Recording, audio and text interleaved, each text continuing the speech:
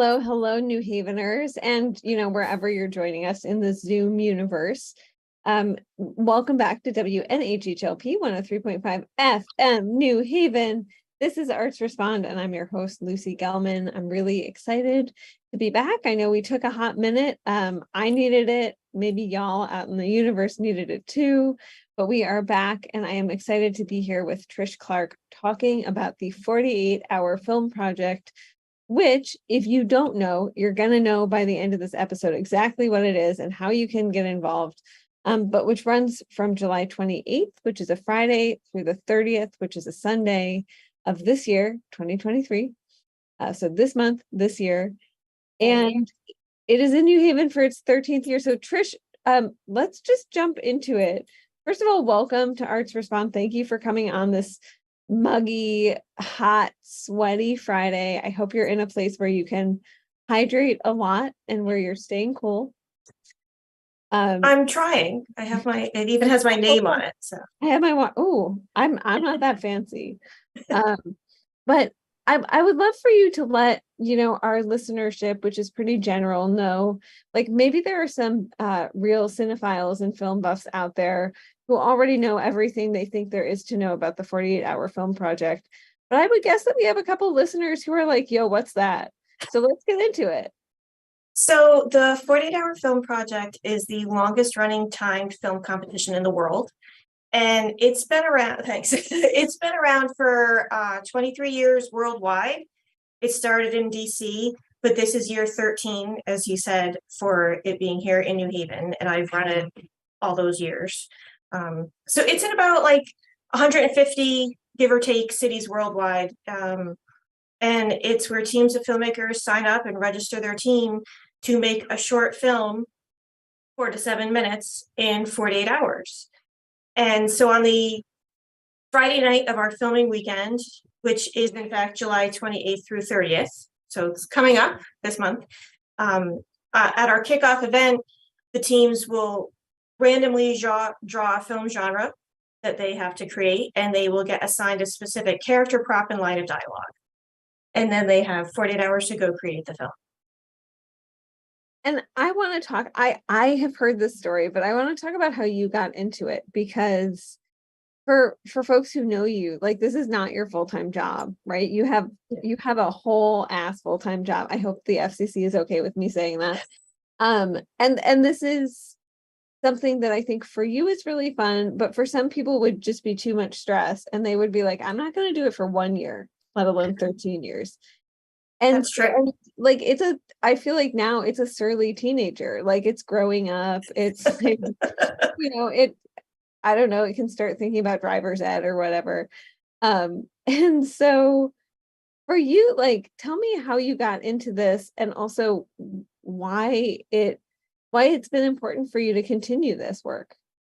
Well, I got into it because my actual education degree and background is production, TV and film production. And I did that in New York for several years. But then I moved back to Connecticut about 21 years ago to have my child.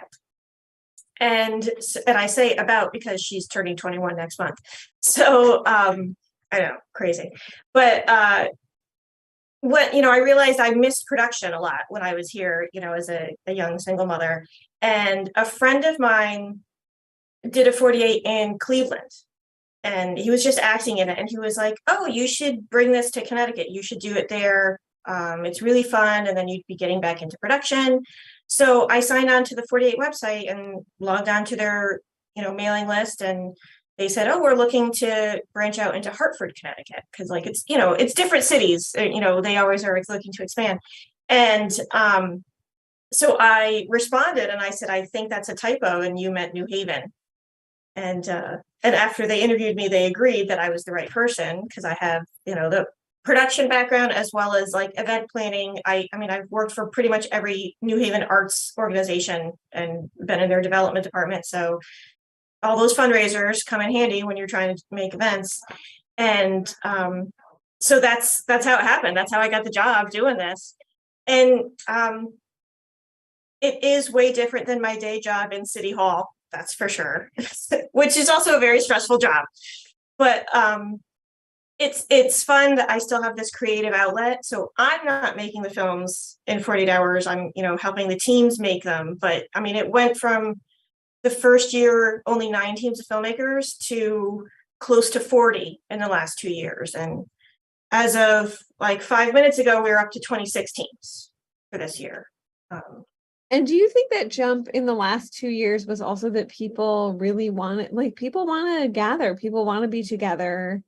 I think, folks having experienced lockdown want to be back in community. And there's something very specific about making a film that we'll get into, especially making a film in an extremely compressed amount of time. Yeah, I mean, fortunately for me, our numbers didn't go down during COVID, even though it was like a virtual one instead, which we were very lucky. But I think for sure attending the screenings has been a big thing. Like I mean, as you well know, it's a very supportive creative community in New Haven, in Connecticut, like, and that definitely extends to film production. And I think like the great thing that I think happens is during our film screenings, we have a Q&A and after each one, so all the filmmakers get to talk, and there is absolutely no bashing of any kind. It's just support and love for everybody's films. Everyone's gone through the same gauntlet of having to do this in this short time frame. And I've had teams that have then said, well, I really like that actor, will you do this with me next time? And I like, how did you get that shot? And what kind of camera did you use? And so it's really turned into like more collaborations happen even after, which I think is great too. And I think for folks who are on the fence, can you talk a little bit about how, yes, like some of the people who do this are, I don't want to say they're specifically like full-time industry professionals, but there are like film people who do this. But at the same time, there are people who I've met through this and through Tom Breen has done some good reporting. He's also my husband, so I'm highly biased in that regard. But there are also folks who I think are just like, wow, this looks really fun. Let's do it. And so, if listeners are on the fence and they think I've never done this before, I can barely shoot a video on my phone. What would you say to them? That they should still do it. And we get teams of grade schoolers up to senior citizens. So for some people, it legit is the first time they've picked up a camera and done, any type of editing. You can shoot it on your phone. It's the only limit is how much you limit yourself and your team, because you can have a team of 1 or you can have a team of 50. And you could rent professional equipment, if you have it, like if that's your day job and you have it, great. Or you can just be doing it by going to, buying a camera, going to Home Depot, getting like little things on the side that are maybe a little cheaper there to get than a real rental store. It's for all levels. And that, I mean, it shows in the films. We get a wide variety of films, and there are certainly some that have a lot of professional equipment for sure. And you're like, oh my God, how did they make that in 2 days? Like, it's like mind blowing. And like, there are some people that do animation in the 2 days. I mean, that should take years for some people, So you can do it at any level for sure. And the thing is, it's fun. It's a fun way to realize if you want to work with these people again. It's a fun way to test out, an idea, because you do have to write it over the weekend, and you're not going to know your specific, character prop and line of dialogue, and you're certainly not going to know your genre. So, I mean, you could have an idea in your head, but if the idea in your head is sci-fi and you picked, Western, you may not be able to make that mesh very well. So you have to be flexible. You have to think on your feet. You have to realize that you're probably only going to get a couple takes. You're not going to be able to do like 50 takes of each scene. If the weather's not cooperating, oh well, yeah. But even people that have handed it in late and or been disqualified for some reason, they've still said this was, and they're exhausted. They still said this is a great time. We want to do this again, because it is such a good creative community. And I'm wondering if you can talk a little bit about that night, that first night, which in years past has been, I think, at the Space, maybe at some other spots as well. Yeah. Where you're like literally choosing, because I think some people, in the same way that some people will jump into an improv class, and other folks, their answer is no and not yes. Like they do not enjoy being surprised. And I think part of this and the wonder of this and like the fun and the thrill is that you don't know. Like there's a lot that you can't account for. Like, okay, I know I can rent this equipment from this place, or I can make this investment, or I'm going to have these people on my team. But like there's a lot that you don't know. And so I'm wondering if you can talk about that. And especially, I feel like there are some funky and fun genres that have come up. For sure. So our kickoff, it has been at the Space beforehand, the outer space, may it rest in peace. And now we're at Armada Brewing in their New Haven location. So this is actually going to be the second or third year that we're having kickoff there. Yeah. And oh, sorry, go ahead. I was just going to say shout out to Johnny. Yeah, no, we love Johnny. He's been like super community oriented. And I love that it's this space in an otherwise pretty industrial part of New Haven. Yeah. That is like, it's great. It's great. Yeah. And it almost didn't happen, but we don't have to talk about that part. Right. We're happy it did happen. And so he's like, I mean, I did host it at the Beer Axe a couple times, but now that he's got the new huge location in New Haven, we're using that. And the great fun about that is like at least one person from every team has to come. So it's kind of like a big party, like everyone's getting ready to start filming. And usually we used to like randomly pull the genres out of a hat, but I have a genre Plinko board. So now we play Plinko and you get your genres. And there are different genres. There are some new ones this year.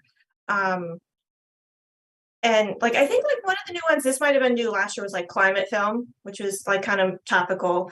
They have like political film, which is topical too, but yeah. But like my favorite is mockumentary, which I think is always a good time.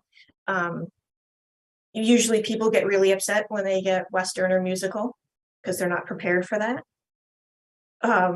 But it could be fun. I mean, I've had a Western win that was made in a high-rise condo, but the tumbleweeds were rolling around, and you got to make work whatever you get. And last year the character was a podiatrist. So I thought I'd have obviously I had a lot of things around feet, but there was a lot of death around feet. And I didn't know that went hand in hand till I saw, 35 films about that back to back. But I mean, that's the unique thing. Like you never know what you're going to get. And sometimes the underlying theme, like last year it was death for some reason, ends up popping up. But you don't know what's going to happen when you're doing a 48. Like you hope everything goes well and you knock on wood that you have a good weekend. But I mean, I had a team one year that after 24 hours, the team quit.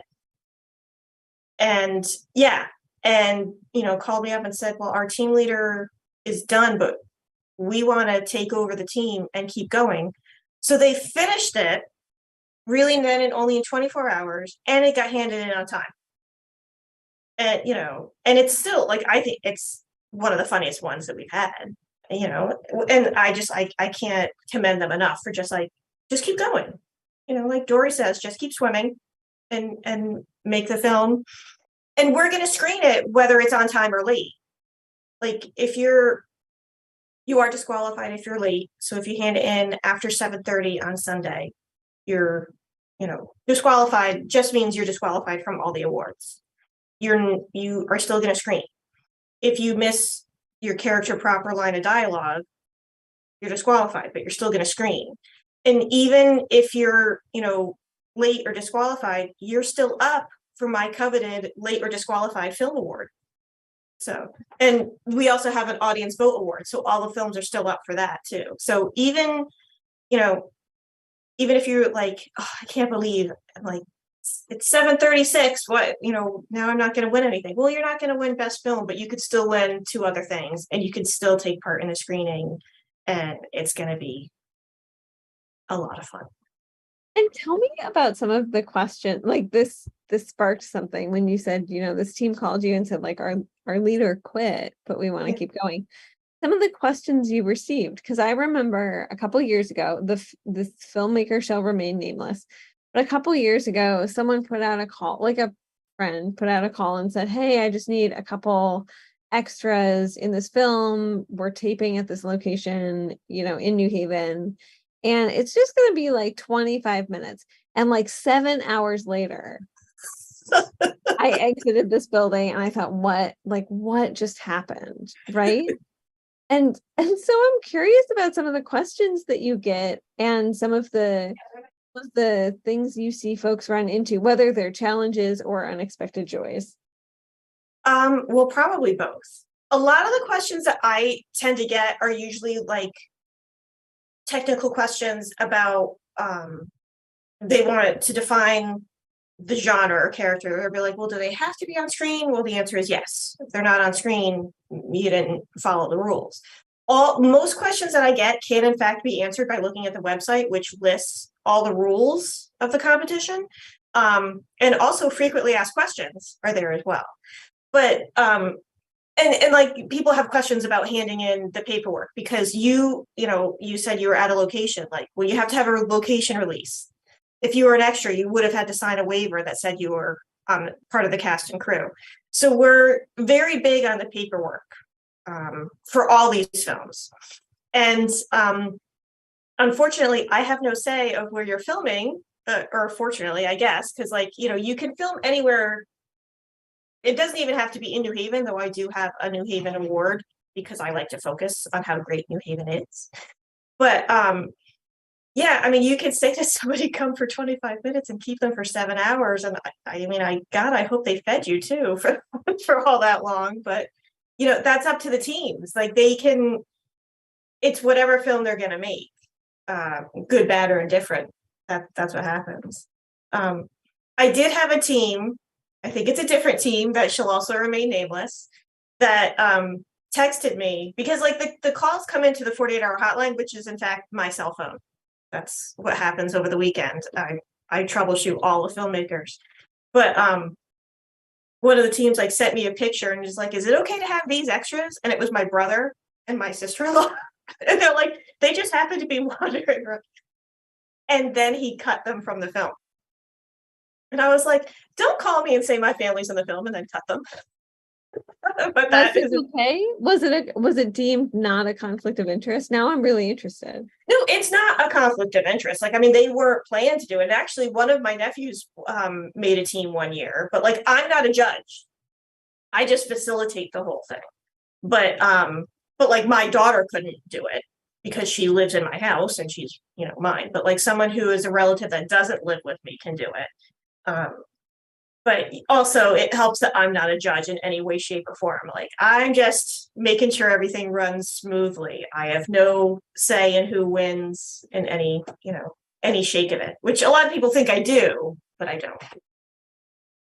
And I want to say some of these films, I love that you brought up that you've had everyone from young people up to senior citizens work on this. And so you don't have to be a filmmaker. You don't even have to have ever done something film adjacent in your life.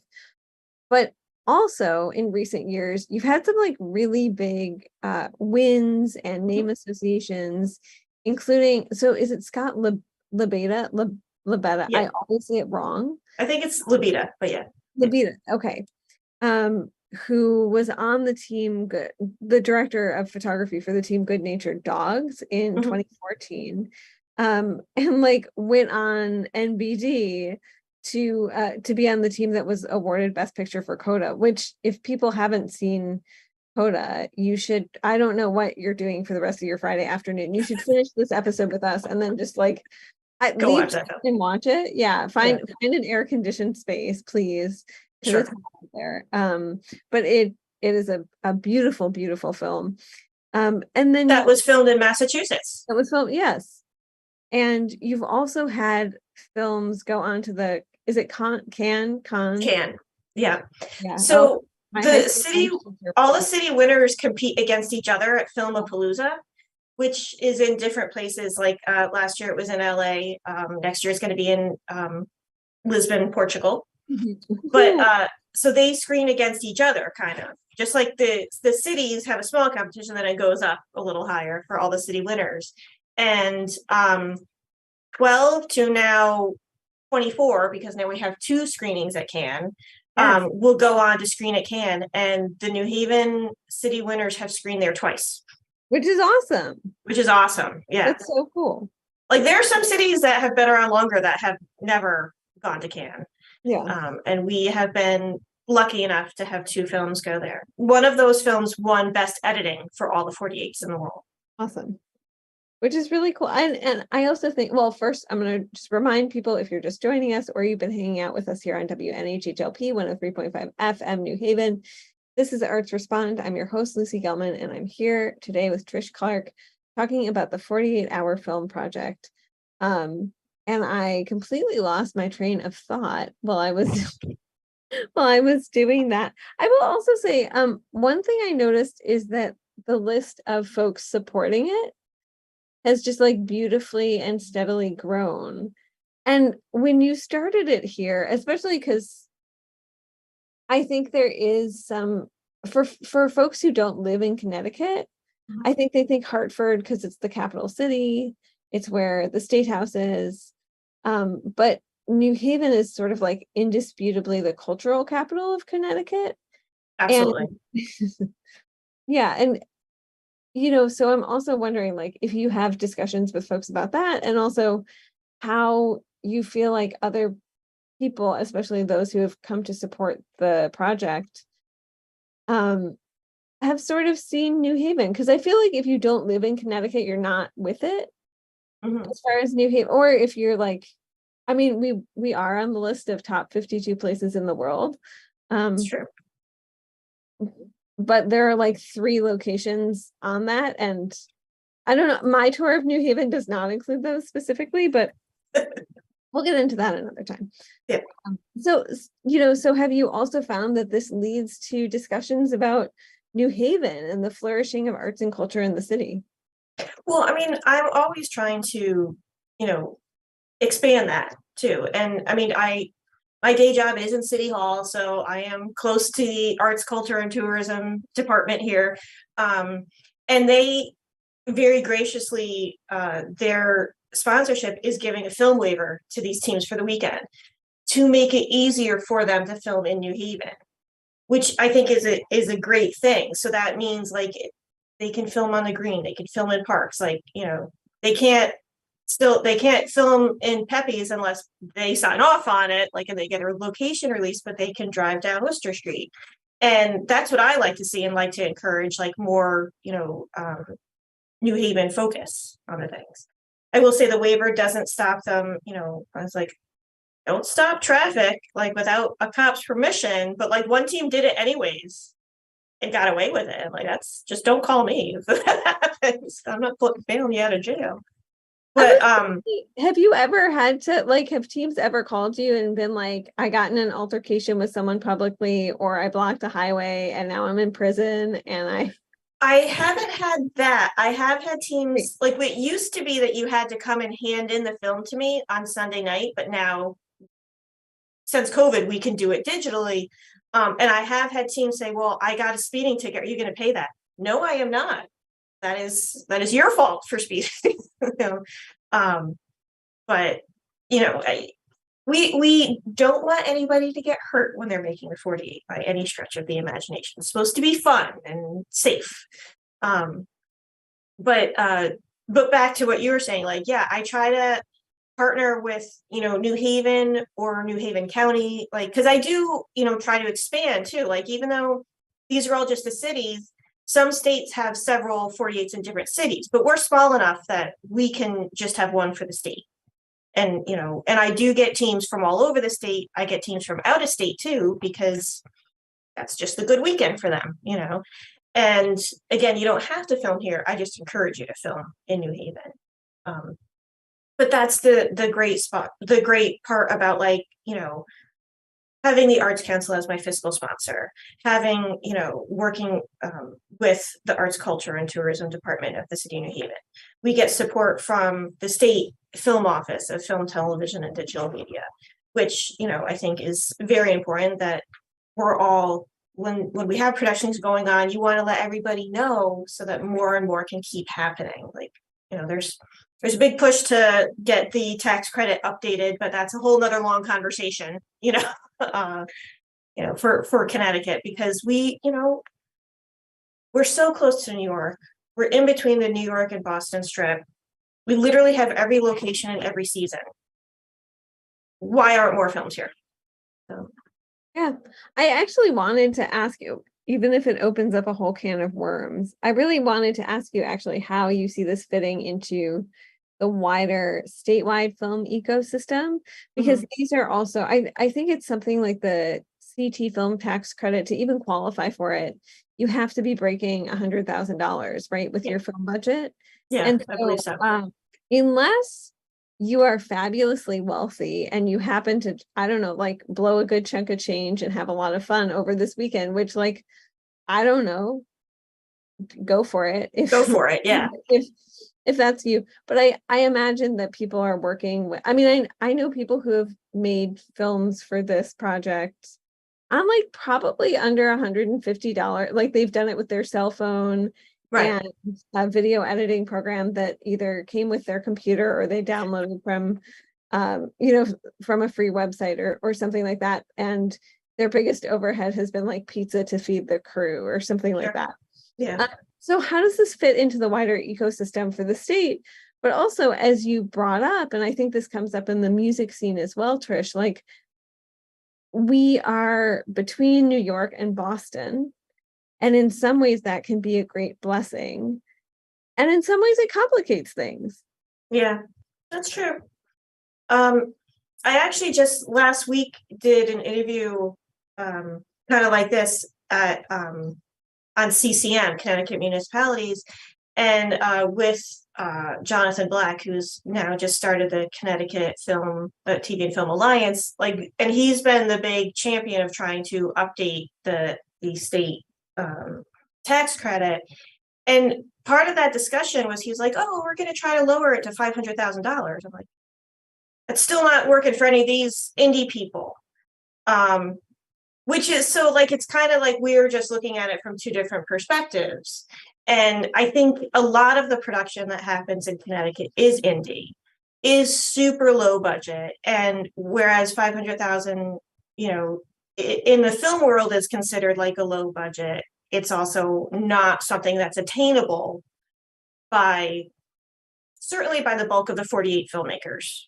And certainly by even, like, I worked on feature documentaries and feature films, like, in Connecticut. They were not that budget level either. So, and I think that's, as we go back to the phone, that's like part of the digital age. Like, now, when I started making, movies in production, we shot on film, actual film. That does not happen anymore. Or if it does, it's like, oh my God, this is a masterpiece because they shot on film. So it's, as you were saying, a blessing and a curse. Things have opened up, so there's a wide range, and you can get, kids literally, like, in grade school, can be making movies. But they certainly don't have $100,000 budget, or the million or whatever. And, and that's even, you get into all paying all the cast and crew, renting the equipment, getting the insurance, which people don't even think or talk about for most of these films. There's a lot to think about. And I think if we're really going, in my opinion, if you're really going after, let's update the state tax credit, and get more incentive for people to come here, like you have to really track how much a film production here is going to be an economic boost. It's so you're not just working with the cast and crew. We, as you mentioned, you do have to feed them. So why don't we get all the local, different local restaurants involved? And so how much of that, production or food production for that week is coming, to the cast and crew? So like that wouldn't have been there if they were filming in New York.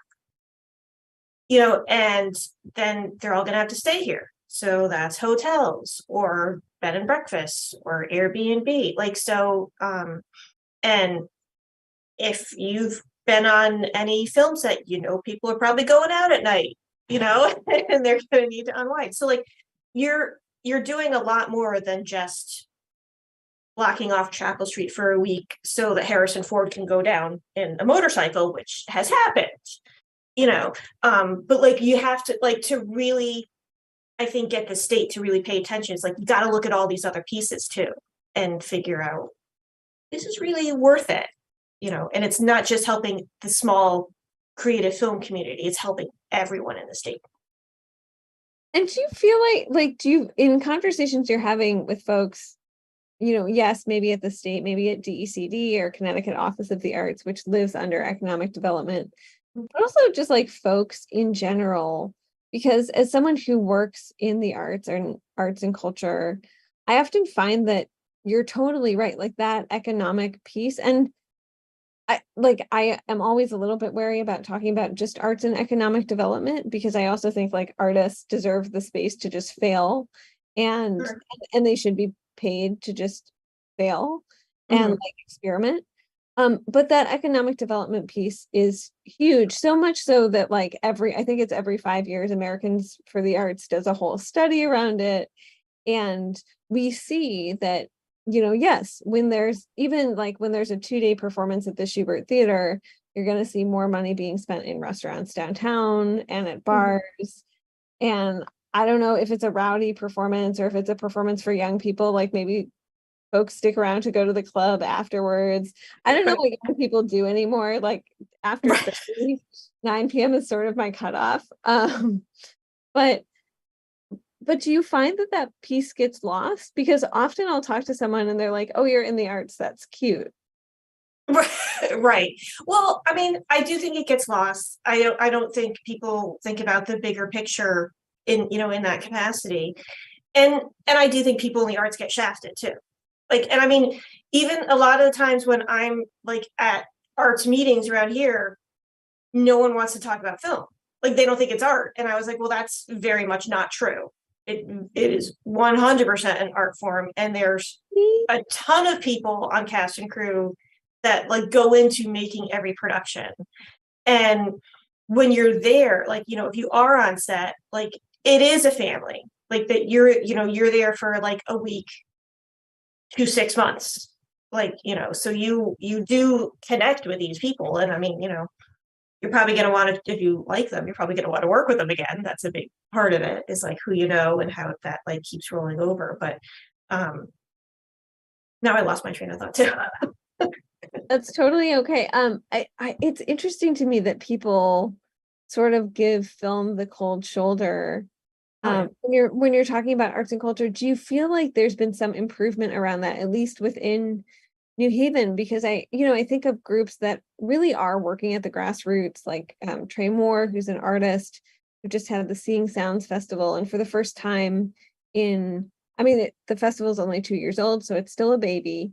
But for the first time this year, he had a film festival, like an evening where he celebrated independent film. And I think of groups like Black Haven, which again are still very much working at the grassroots, but supporting film and supporting filmmaking and filmmakers in and around the state. Do you feel like film just still is totally like, well, we don't do that? Well, I mean, I don't know if it's just film or arts in general, but like I do find that even though we're such a small state, I feel we're very pigeonholed. Like, and I think part of that is people don't even want to drive 20 minutes to go to a different event, or like, oh my God, do I have to drive an hour to Hartford? Which is unfortunate because, you can get anywhere in Connecticut within an hour. This is not a hardship. And if you're gonna go on the train to see a show on Broadway, you're going further, But as you just said, we have the Schubert right here, which puts on fantastic shows, and I think I wish we weren't as, segregated into our little sections of the state. Which is why I love to see when I do see filmmakers from different parts of the state. I love to see that. And that's why, I'm based out in New Haven, but I screen at the Bijou in Bridgeport. So I do try to branch out. I mean, it's a gorgeous theater, but I do try to branch out and have events. Sometimes I'll have a meet and greet up in Hartford, and you just want to get everybody talking together and realizing that yeah, we can all do this. We can't, I will attend your screening. Thanks for coming to mine. And we have quite a few film festivals in not in New Haven, in Connecticut. I mean, we do have in New Haven, but that's there's so many opportunities, and unfortunately missed opportunities when people just can't connect. And I wish there was more of that connection. And I always encourage that. And I think, again, back to why the meet and greets, why the kickoff event is in person. It's not all digital. Why we want you to come to the screenings to see all these, and not just to see your film, watch everybody else's and really get a feel for the whole creative community, because that's how everything's going to work if we just keep expanding it and keep talking to each other. So we should also say, just because if folks are listening and they think, okay, I haven't registered for this, but I really want to, and there is a website, I'll share all that good stuff on social media, but the registration cutoff so late registration starts July 19th. So does that mean everything before that is on time registration? Well, no. So right now we're in early bird registration, yep, which is till midnight tonight. Awesome. And then so at 12:01 a.m. you can still register your team, but it's $20 more. Right. And then late registration is the last week and a half before we kick off, and that's $40 more from right I mean, now. $20, that's a whole modern pizza. It sure is. Or 4 lattes at East Rock Coffee. So I mean, really, you got to prioritize. You want to pay that extra $20? I don't think you do. Yeah. Well, and that, I mean, it's usually what I say is save it, exactly what you're saying. Save that for crafty, because you're going to have to feed your cast and crew. So yeah, that's right. Prioritize, your finances. But you can actually even sign up as long as you get to me before kickoff, before we announce the before we do genre plinko and before we announce the elements. You can register your team to still take part in this. So, and the last 2 years I have had teams register on kickoff day. Yeah. And because I mean, in the grand scheme of things, $40 isn't gonna make or break you. A lot of the people that sign up late, it's just because, I know I have the weekend free now. I know I don't have a paid gig, so I can do this with my friends. But the teams that have signed up already, they're already planning their pre-production, which is smart. They're getting a little leg up on it. Yeah. But yes, you can definitely log in to our website and sign up online. And I have all the information for events is on the website on our webpage, but they're also on Facebook, and I have Instagram and Twitter, and try to be active on those, but I'm not really active on Twitter, to be honest with you. But yeah, sign up is now for sure happening in high gear, and especially because the rates go up to regular registration tomorrow. I've had in the last 24 hours, I think I've had 6 or 8 teams sign up. Wow, that's great. So. And then for folks who are if you are on board for this, so the celebration or festivity, I don't know what you want to call it. The kickoff is at Armada on Friday, July 28th. And then from the 28th through the 30th, it is that mad dash. You're filming, you're editing. Don't forget that you have to edit.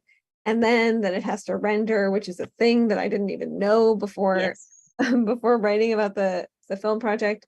So like you might think that your editing is done and you're cool and it's like 6:30 p.m. Your rendering might take you more than an hour, which would be really bad. Yeah. But just, and then at 7:30 p.m. on July 30th, which is a Sunday, teams turn their tapes in. I don't even know if I should still say tapes. I'm thinking like Not tapes anymore. Yeah. I was raised on, right? Right. But yeah, they used to have to hand in the flash drive, but Right. now they can, it's uploaded, it's all digital. And the time is when you start the upload. So it's not when it's done uploading. It's when you start. That's what counts. So you have to get it in there before then. But like, we tell people they should start uploading by 6:30, if not before, like let alone edit. If you're starting to edit at 6:30, you're not making it on time. You're not gonna make it. Or you might just have a really messy film, and that's okay. And that's okay too. That's true. Yeah. And then on August 5th, which is the following Saturday, there's a screening of all films at the Bijou Theater in Bridgeport, which is absolutely beautiful. It's where Bridgeport has its Pride celebrations every year, if folks have been. So I highly recommend it. And then, before I will share all this information, but before we go, I also want to ask you about how this event creates community way beyond these 3 days in July, because I've seen groups of people who meet on a team, sometimes like haphazardly, become friends. And sometimes they're friends in a creative sense and they still do film stuff, but sometimes they're just friends. Yeah. Well, I mean, that's like I've met so many people through the 48 that I hang out with besides the filming weekend for sure. And I mean, one of the 48ers became my daughter's tutor in high school. Like, and still asks about her every time, that we see each other. And but that's the great thing, because not all of us do the production all the time. So we say, oh, well, what do you do for your day job? Oh, well, maybe we can, connect on that level too. And I say my 48 season goes into high gear in spring. I usually try to do a Oscar screening party, which is harder to do when they've changed the date of the Oscars the last couple of years. But I try to have these meet and greet events. So, it's like networking, so to speak, but it's just like getting together. So I do those really from February till August. And then I work with Two Roads Brewery on a horror film short competition. That's October. So, I mean, in terms of this, like we have our filming weekend 1 week of the year, and we have our screening weekend after, and then the last weekend in August is our awards night. So that's like also at the Bijou. So, those are the big three, so to speak, but it's the creative community is happening like all year long, for sure. So the last question I ask folks is this show grew out of the COVID pandemic. And I'm always really interested in how people are taking care of themselves, especially like people dealing with members of the public at City Hall can be very difficult. I have seen some of that. And so you've been in my office here. This office is I have been in your office, yeah. And I've seen people not be graceful around paperwork. That's all I'll say. And so you go from that, which is very stressful, to the 48-hour film project, which, yes, maybe it is joyful. Like I often tell people, working in the arts is joyful work. Yeah. But that doesn't mean that it's not also laborious and exhausting sometimes. And so how do you take care of yourself? And your mom, which is a whole other full-time job, by the way. Yeah, and I'm a mom. Well, I do have two very stressful positions, like one with the city and one, I mean, being the city producer. So basically I'm overseeing this entire competition and these, close to 40 film teams producing all of that. So there's a a lot of things to juggle at the same time. It is stressful, but you know, my joy is seeing the creative community at the end. Seeing them just like so happy to get to see it up on screen, because sometimes this is the only time some of these filmmakers are up on a big screen like that. Sometimes they're up there all the time, like you get both ends of the spectrum. But I mean, like that's the fulfillment I get out of it. Like, furthering the creative community and helping people get further in their careers, and just keeping that creative spark going. I like to sit on the couch and relax. That's probably what I do. Is like, and honestly, I know like this is cheesy. I love a good Hallmark movie because I could just sit and veg out to them, especially the ones made in Connecticut by Synthetic, because I love those guys. You know, I just love to veg out to that, or like a good romance novel. That's how I relax. And usually there might be a glass of wine with that too. Yeah, that sounds great. And I will say there's no shame to a Hallmark movie. I think it is not Hallmark but Netflix, but I will say like Single All the Way is my jam, and I watch it not only during the Christmas season. So yeah, the power of a good and cheesy rom-com should never be underestimated. Exactly. Trish Clark, I want to thank you so much for coming on, talking about the 48-hour film project. We're going to drop the website with the Facebook video for the show, which I will send to Harry Droz right now. So thank you for spending time with us. I appreciate you. I'm grateful for you. If folks want to find the 48, they can go on the website. Can they also find you on Instagram?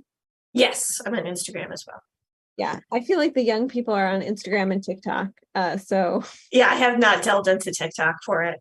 Although some cities have, but it's just there's time. There's time.